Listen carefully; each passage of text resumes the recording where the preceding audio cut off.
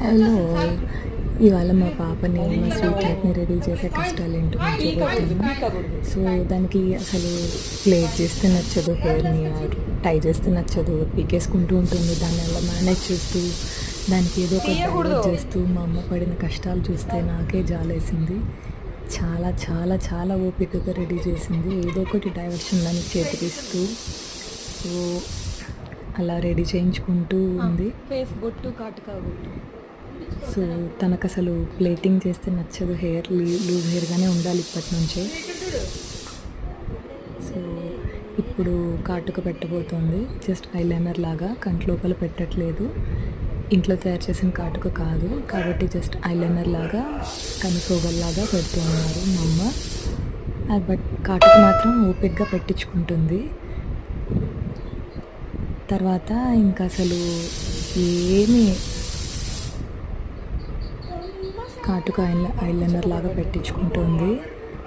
So అది చాలా ఇంట్రెస్ట్గా పెట్టించుకుంటుంది. బట్ ఇంకా గుర్తు రాలేదు ప్లేట్ చేస్తున్నారని.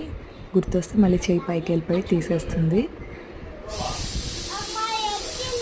My bubbly lovely girl. అస్సలు డైవర్షన్ లేకుండా ఇప్పుడు బొట్టు పెట్టించుకుంది. బొట్టు బుగ్గ చుక్క పెట్టించుకుంది.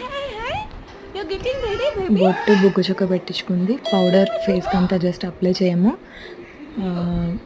స్నీజెస్ వస్తాయి లేకపోతే ఎందుకు అనవసరంగానే జస్ట్ బొట్టు పెట్టిన దగ్గర మాత్రం డాట్స్గా పెట్టి మిగిలిన పౌడర్ జస్ట్ చేతులకి కాళ్ళకి అప్లై చేసేస్తాము. బాడీ అంతా కూడా పౌడర్ యూజువల్లీ యూజ్ చేయం, మ్యాక్సిమం జస్ట్ లోషన్ అప్లై చేస్తాం అంతే. సో చక్కగా మంచిగా రెడీ చేయించుకొని ఇప్పుడు ఇంకా ఫోటోకి ఫోజులు ఇవ్వవే అంటే అటు ఇటు తిరుగు. అసలు ఫోటోలకు ఫోజులే ఇవ్వట్లేదు. ఇప్పుడు బేబీస్కి అందరికీ జవ్వాదు అని చెప్పి పెడతాము, సెంట్ లాగా, పర్ఫ్యూమ్ లాగా. సో ఆ జవ్వాదు జస్ట్ కనుబొమ్మలకు కానీ పిల్లల డ్రెస్సులకు కానీ అప్లై చేయొచ్చు, మంచి సువాసన వస్తుంది. సో అది అప్లై చేశారు, మళ్ళీ పీకేసింది. సో మళ్ళీ టై చేయడానికి ట్రై చేస్తున్నారు. సో వాళ్ళకి ఇదే ఫ్రెండ్స్ మన వీడియో. Thank you.